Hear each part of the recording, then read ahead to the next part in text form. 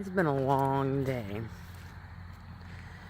Everybody woke up to water coming up in their yards and close to their house, and it was pretty damn scary. A lot of people got water in their house. The girl across the street over here, she got water in her house. They had already put tile down from flooding from Harvey. They were rebuilding, and they had to rip all their tile up tonight. That's what they're doing. That's what they get to do tonight. Shuck up their floors. Now we got all this fog rolling in. It's like, what's the degree? It's like 50, 59 degrees. We got fog rolling in.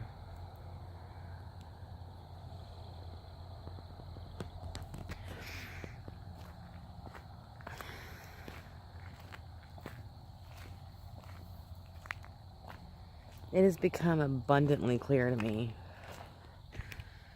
that they've been doing a lot of weather modification down here in Southeast Texas. Not only during Harvey and all this, during all the hurricanes during hurricane season, and all these damn wildfires and ice storms and snowstorms. I mean, we haven't had a bad ice storm since the 90s down here, where we were literally frozen in our homes for a week. Everything with a solid inch plus ice. And we rarely get snow, even when I was growing up back in the 80s and 90s. And we got 3 times recently. And then the other day,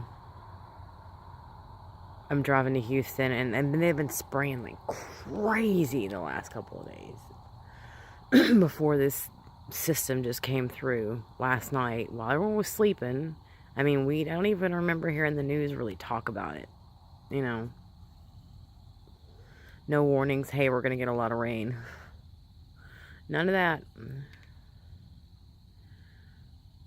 And it was a scary situation today. It was, you know, people work really hard for what they have. And having it all taken away, and then today taken away again. People that do have insurance have filed their claims, and you know, we're trying to get rebuilt down here. We don't need this at all.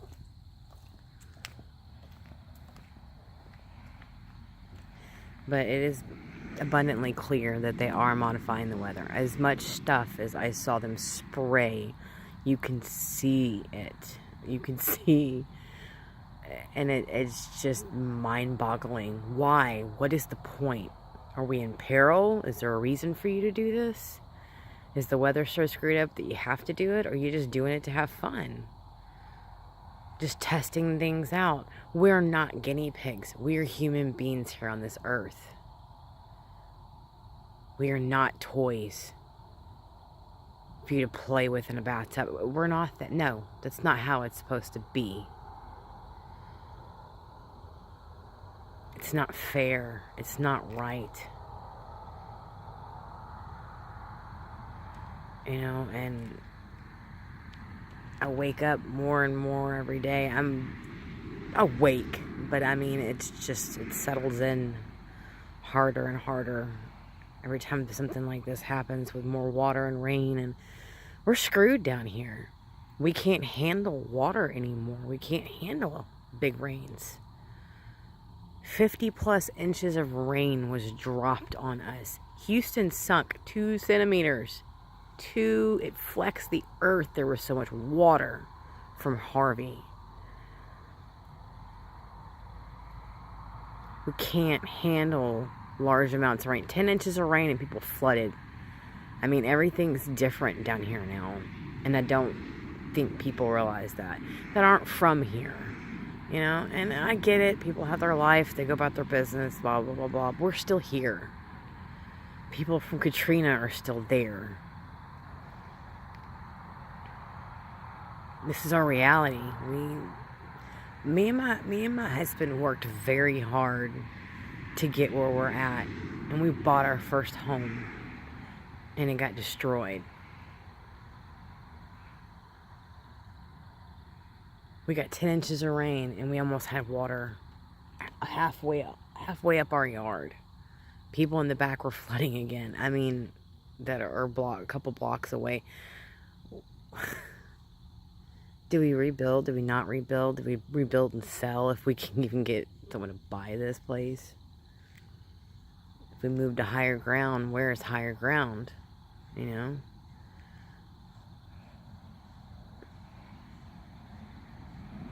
Or if another natural disaster will affect us if we move somewhere else.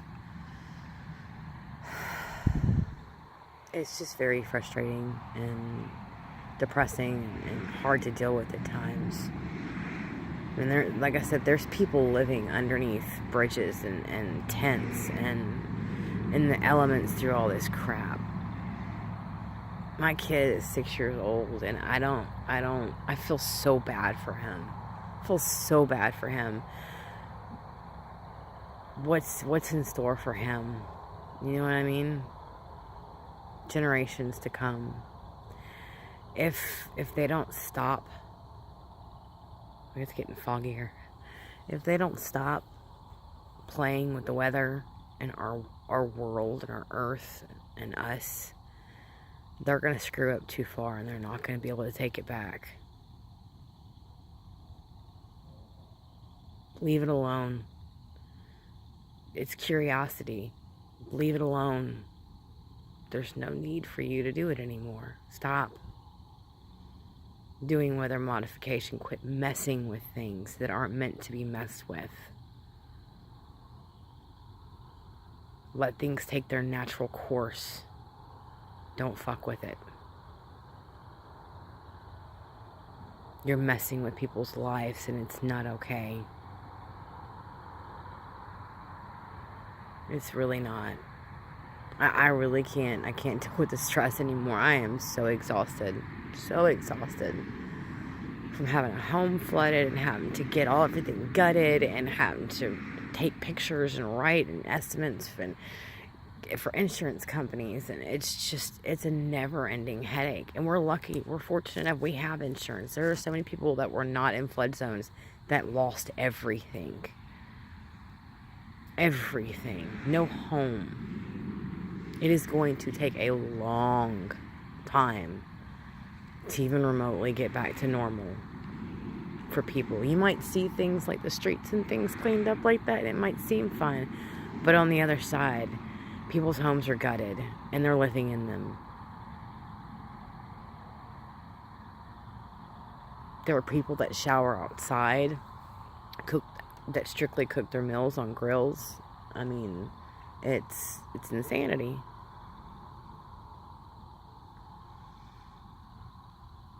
And for the most part, FEMA did okay.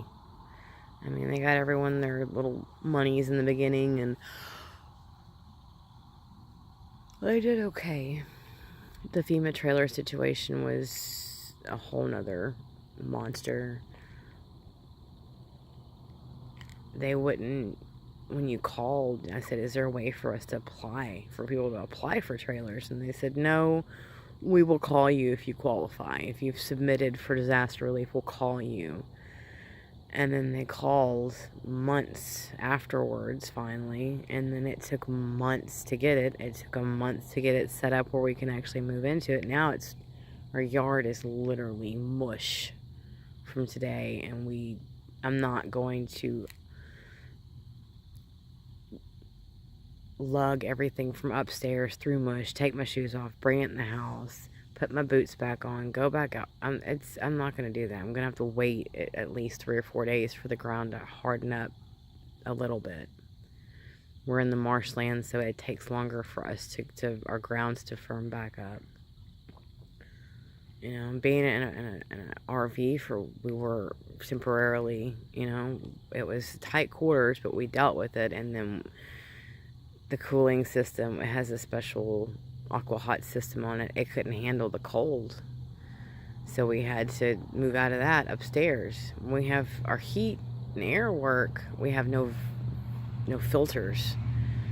So we've got a contaminated floor that had flood water on it, and the mold, there's no mold. We had hospital grade.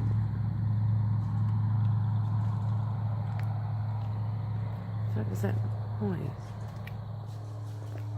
Oh. We had hospital grade fungicide sprayed on the boards to stop mold from happening. But who wants to have to run upstairs to use the restroom? We live up there, and then have to run down. Then you have to go downstairs, take a shower, and then have to go to a kitchen and cook in an Instapot. That's all I can cook with is a microwave and an Instapot. It's just a pain. We do have our FEMA trailer, and we'll get it set up and get in there. But it's a trying time for everybody, and it's very frustrating. And I'm thinking of what the future will hold for everybody here. What's the long-term effects of flooding an area like this? What is going to be the long-term,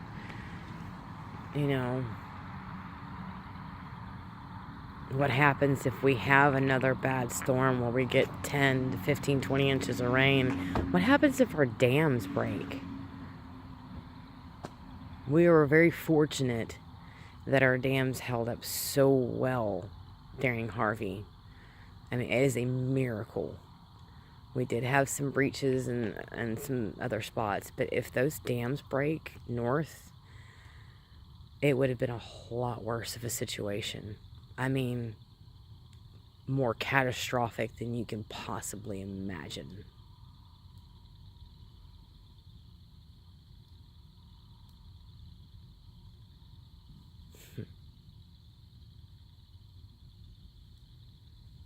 And that's a scary thought of being, when we were here during Harvey and everyone was trapped. Like I said, there's two ways out. One was 5-hour drive through water, and the other one was 2-day drive we had to get to Louisiana and go up and then over to get back into Texas. So you're pretty much trapped. And after the storm stopped, it was waiting for the water to recede, waiting for the systems to be able to get it down. And then we had to worry about the dams breaking and breaching, and then they had to open them, and they had to open them at a specific capacity because they had to, and they know that the consequences of what they did. They washed major highways out, and bridges collapsed and overpasses collapsed because they had to open it up, and flooded other cities that would not have been flooded as bad. But they had to do it because if you would have just busted those dams, those are whole lakes that separate Louisiana and Texas. I think it was Sam Rayburn. And all that's got to go downhill, and it comes this way. So yeah, they did end up flooding other areas that might not have been as bad, and there were casualties for it. But yeah, it's a never-ending worry on my mind now on what the next natural disaster is going to be here. But last year and this year has just been hell. Just too much. It's too much. Stop.